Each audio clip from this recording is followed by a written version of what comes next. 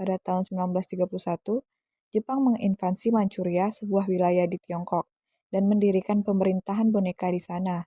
Tiga bangsa-bangsa merespon dengan membentuk Komisi Linton untuk menyelidiki situasi tersebut, dengan Lord Linton sebagai ketuanya, dan terdiri dari beberapa negara di antaranya Amerika Serikat, Inggris, Prancis, Italia, dan Jepang.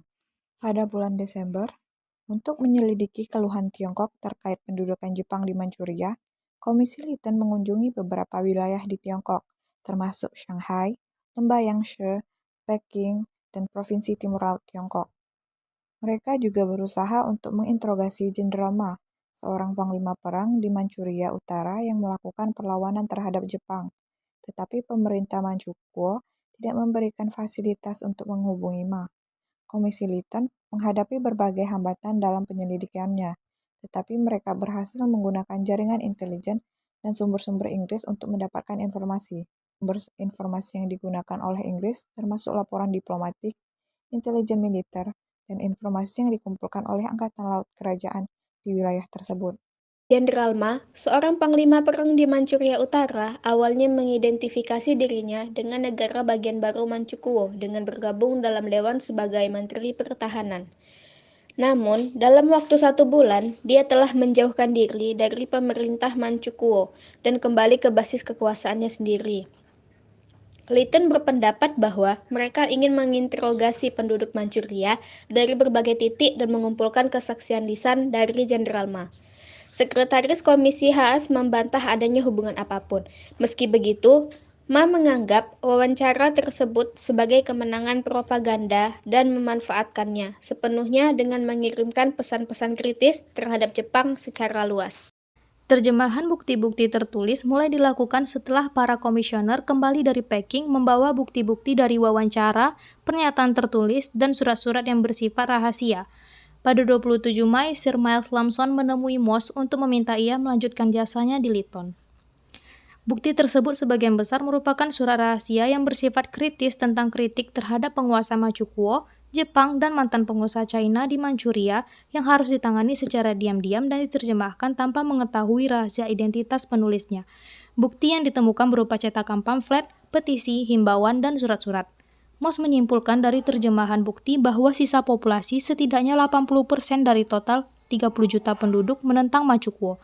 Tugas menerjemahkan selanjutnya diteruskan oleh Dr. Wo Xiaofeng dan 4 diplomasi yang dipilih sendiri oleh Moss sebagai penanggung jawab kelanjutan penerjemahan di Peking karena ia tidak diharuskan kembali ke Peking untuk urusan liga lagi. Setelah laporan Linton, laporan Komisi Linton ditandatangani di Peking pada tanggal 4 September, dicetak di Lausanne, dan diterbitkan di Jenewa pada tanggal 1 Oktober 1932. Namun, terdapat masalah dalam bukti yang digunakan untuk membuat laporan. Dalam menulis laporannya, Liga banyak mengambil laporan terjemahan berdasarkan Komisi Liga. Laporan Komisi Liga menyatakan skeptis terhadap Manchukuo sebagai negara yang benar-benar merdeka. Saat menulis laporan, pihak Liga juga dihadapi masalah bagaimana keadaan situasi di Manchuria yang berubah menjadi lebih radikal. Namun, harapan Liga tidak terpenuhi karena mereka tidak dapat menyelesaikan masalah Manchuria dan tidak dapat membawa Jepang ke dalam internasional kembali. Hal ini menjadi diplomasi yang tidak berjalan dengan sukses dan tidak dapat dikatakan pula bahwa penilaian Linton dan Liga tidak didasarkan pada informasi dan analisis yang baik.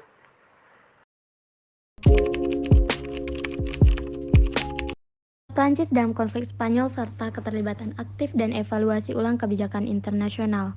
Adanya pendapat bahwa kebijakan Prancis tunduk terhadap Inggris pada tahun 1930-an. Kebijakan Franco-British yaitu peredaran Nazi Jerman pada 1938 yang diinisiasi oleh Neville Chamberlain, Perdana Menteri Inggris dan berpuncak di Perjanjian Munich September 1938 menjadi bukti klasik mengenai teori ini.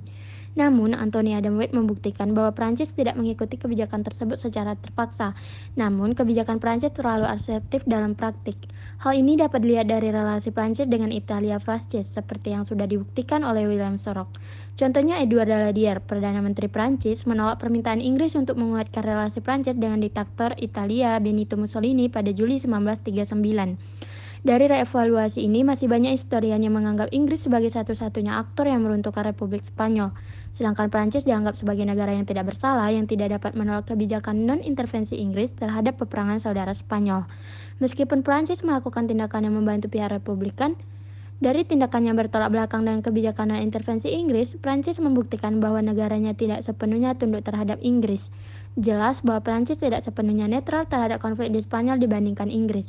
Jika Prancis dapat melakukan tindakan mandiri terhadap konflik di Spanyol, maka ketika Prancis menyetujui perjanjian non-intervensi membuktikan bahwa mereka menyetujui perjanjian tersebut karena selaras dan kepentingan mereka. Maka Prancis harus berbagi tanggung jawab lebih besar dengan Inggris terhadap hasil konflik Spanyol dalam tingkat yang lebih besar daripada yang diakui sampai sekarang. Oleh karena itu, ini bertujuan untuk mengkaji kembali hubungan Prancis-Inggris dalam konteks permasalahan Spanyol, baik pada masa Perang Saudara maupun setelahnya, sehingga dapat mengetahui derajat konvergensi dan divergensi kebijakan serta sejauh mana keterlibatan Prancis dalam kebijakan non-intervensi yang gagal. Pemerintah Inggris khawatir bahwa intervensi apapun di Spanyol baik oleh Inggris maupun Prancis akan membahayakan upaya mereka untuk mencapai penyelesaian umum Eropa berdasarkan Locarno Baru. Charles Corbyn, Duta Besar Prancis di London, mengatakan kepada Menteri Luar Negeri Inggris yaitu Anthony Dunn bahwa pemerintahnya yakin bahwa jika non-intervensi berhasil, maka penting untuk membentuk komite yang menangani banyak rincian teknis yang mungkin akan timbul. Pemerintahan Eden mengambil langkah serupa, yaitu izin lalu lintas senjata ke perbatasan Spanyol. Namun, sebagian besar anggota pemerintah menyatakan ketidaksetujuan yang kuat terhadap tujuan proposal Prancis, terutama anti-Italia. Pemerintahan Prancis menutup sebagian perbatasan Liberia untuk menghormati keinginan Inggris Raya. Hanya ada sedikit antusiasme untuk membuka perbatasan tersebut. Dalam intervensi otoritas Prancis, keputusan Inggris adalah pengecualian yang dimana sebagian besar dilakukan untuk melindungi kepentingan komersial dan strategis Inggris di Spanyol. Pada saat Perang Saudara, terjadi perundingan pertama dengan Mussolini di Italia pada bulan Maret untuk perjanjian Anglo-Italia. Namun, Prancis tidak mau menandatangani Pakta Anglo karena adanya pengkhianatan Italia terhadap perjanjian dan sekutunya. Jenderal Maurice Gamelin menuntut non-intervensi dengan alasan bahwa Prancis tidak cukup kuat untuk mengambil resiko. Pada tanggal 5 Januari 1939, pemerintah Prancis mendapatkan informasi bahwa Italia telah mengirim bala bantuan untuk serangan ke Catalonia. Tujuan utama kebijakan Jerman adalah untuk menghancurkan perjanjian Inggris-Prancis dan menciptakan blok Eropa termasuk Spanyol yang dituju terutama untuk melawan Inggris. Pemerintah Prancis mengembalikan emas tersebut ke Spanyol tanpa menuntut solusi segera terhadap masalah pengungsi. Pengungsi lainnya menghentikan kegiatan ini karena mereka terlilit hutang. Prancis ingin bergabung dengan Inggris sebagai tindakan politik karena dua sekutu potensial mereka, Inggris dan Soviet Rusia, lebih memilih yang pertama. Konon, faktor ini menjelaskan kemampuan pemerintah Inggris dalam menekan Prancis dan mengapa Prancis ingin menuruti kemauan Inggris. Agar demokrasi Spanyol dapat bertahan dan menjadi pemenang dalam Perang Saudara Spanyol, Prancis harus hadir sebagai pihak tergugat bersama dengan Inggris dan tidak boleh diizinkan untuk tawar-menawar atau mengubah bukti-bukti yang diajukan Ratu.